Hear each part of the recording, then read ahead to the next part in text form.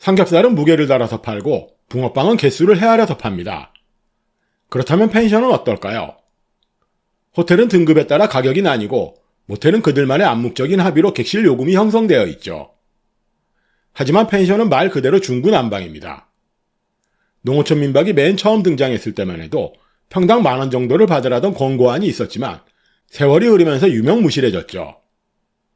물론 아직도 객실 요금을 객실 면적으로 나눠보면 평당 10,000원을 넘는 곳이 많지는 않습니다. 문제는 사람들의 인식이죠. 펜션의 객실 요금이 터무니없다고 여기는 소비자가 많지만 거꾸로 펜션 사업을 시작하려는 분들은 남들보다 훨씬 더 비싼 요금을 받고 싶어 합니다. 지난 영상에서 펜션 사업을 둘러싼 거의 모든 문제에는 객실 요금이 자리하고 있다고 말했죠. 이건 비단 객실 판매에 국한된 얘기가 아닙니다. 손님들의 불평불만은 물론이고 예약 대행에 목을 매는 이유도 결국은 요금 때문이죠. 그런데 이 부분을 뒤집어서 생각하면 모든 문제는 손쉽게 해결됩니다. 바로 합리적인 요금과 경쟁력 있는 객실 요금이죠. 선뜻 이해가 안 되시죠? 그렇다면 지금부터 펜션의 객실 요금을 낱낱이 파헤쳐 그 이유를 알아보도록 하겠습니다.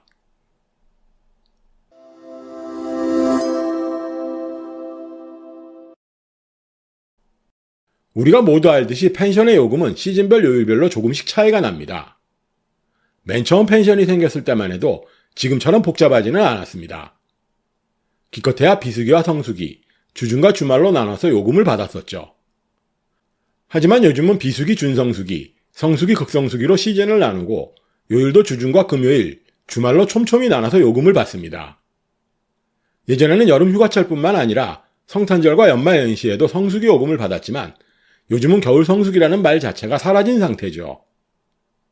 솔직히 이런 식의 구분을 바라보는 소비자들의 눈초리가 곱지만은 않습니다.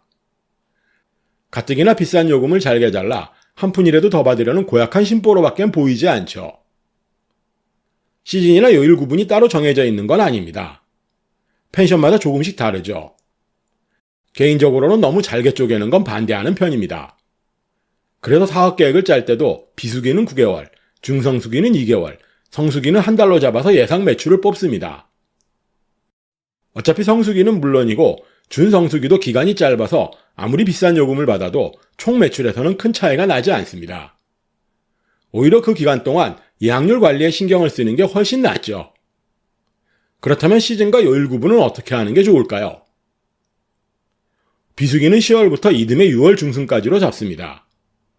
7월 중순부터 8월 중순까지는 성수기에 해당하죠. 성수기 앞뒤로 한 달씩을 준성수기 기간으로 잡는 게 가장 합리적입니다. 설이나 추석 연휴도 성수기 요금을 적용하는 펜션도 많고 동해안은 해돋이를 핑계로 12월 31일 하루는 일제히 성수기 요금을 받습니다. 옳고 그름을 떠나서 장사쌤이 얼마나 무서운지 쉽게 알 수 있는 대목이죠. 요일 구분은 간단합니다. 일요일부터 목요일은 주중이고 토요일과 공휴일 전날, 연휴 기간은 주말 요금을 받습니다.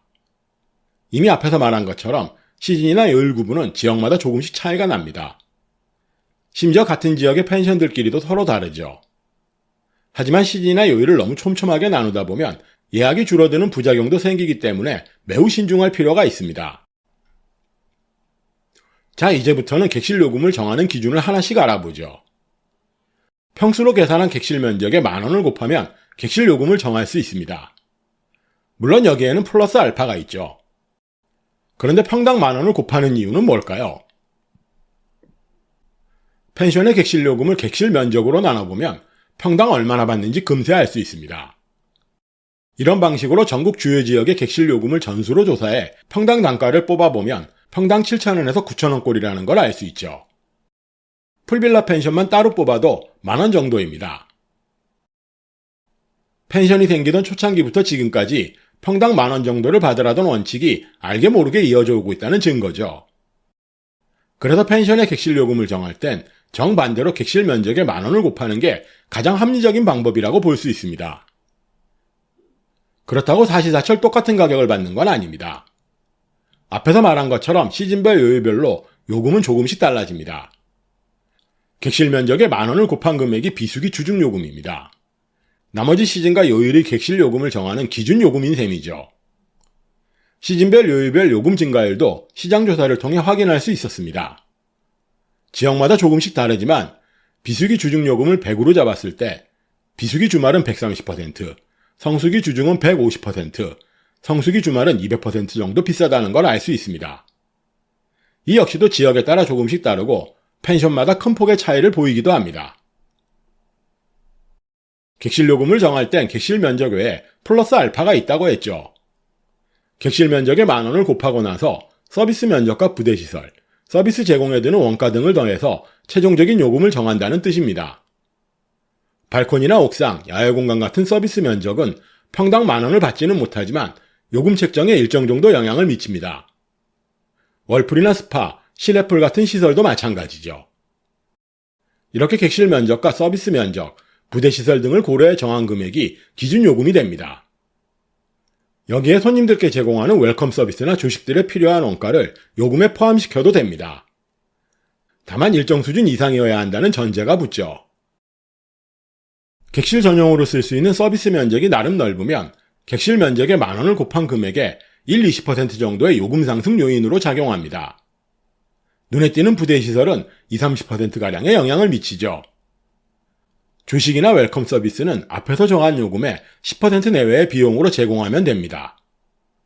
여기서 한 가지 유의할 점이 있습니다. 객실 면적이나 서비스 면적, 부대시설 등을 반영한 객실 요금은 시즌별 요일별로 요금 증가율을 적용하지만 서비스 제공 원가는 고정비라는 점이죠. 비수기 주중 요금을 기준가로 시즌별 요일별 요금 증가율을 적용하면 나머지 시즌의 객실 요금도 뽑을 수 있습니다. 기준가인 비수기 주중 요금의 130%를 곱하면 비수기 주말 요금이 나오고 150%를 곱하면 성수기 주중 요금이 나오는 식이죠. 준성수기나 금요일 요금도 시즌별 요일별 요금 증가율을 참고해 조절하면 됩니다. 대신 앞에서 설명한 것처럼 서비스 제공 원가는 시즌별 요일별 요금 증가율을 적용하지 않습니다. 웰컴 서비스나 조식을 준비하는 데 필요한 원가가 시즌이나 요일에 따라 오르고 내릴 일은 없어서 그렇습니다. 이런 식의 논리적인 과정을 거치면 나름 합리적인 객실 요금을 정할 수 있습니다. 다만 한 가지 유의할 점은 기준가가 너무 높으면 요금 증가율의 반영폭을 줄여야 한다는 점이죠. 예를 들어 비수기 주중 요금이 40만 원이 넘는 객실을 성수기 주말에 2배 이상 받으면 1박에 80만 원이 넘어갑니다. 이러면 아무래도 객실 판매율은 줄어듭니다. 경쟁력 있는 요금을 잡으려면 나머지 기간도 마찬가지죠. 그리고 바베큐 비용이나 추가 입실료 외에 이런저런 명목의 추가 비용은 받지 않는 게 좋습니다. 자칫하면 방문한 손님들이 불평불만을 터뜨릴 빌미를 주게 됩니다. 다음 영상에서 자세히 설명하겠지만 객단가가 너무 높으면 원하는 만큼 예약이 들어오지 않습니다. 단돈 10,000원 차이에도 예약 여부가 갈릴 정도로 민감한 게 객실 요금이죠. 자, 어떠신가요? 이제 조금 이해가 되시나요? 여전히 이런 방식을 납득하지 못하는 분도 계실 겁니다. 굳이 이런 방식으로 요금을 정해야 한다는 건 아닙니다. 하지만 가격의 의미를 되짚어보면 받고 싶은 요금보다는 잘 팔릴 요금이 중요하다는 점을 어렵지 않게 이해하실 겁니다. 판매 부진으로 예약 대행에 발목이 잡히는 이유도 결국은 객실 요금 때문이죠. 30만원짜리 객실을 예약 대행으로 팔면 손에 쥐는 돈은 25만원 정도 됩니다. 세금까지 생각하면 예약 대행을 통해 객실을 팔기보다는 아예 요금을 25만원으로 내리는 게 훨씬 낫죠. 판단은 여러분 몫이지만 우리 모두 진지하게 생각할 대목이 아닐까 싶네요.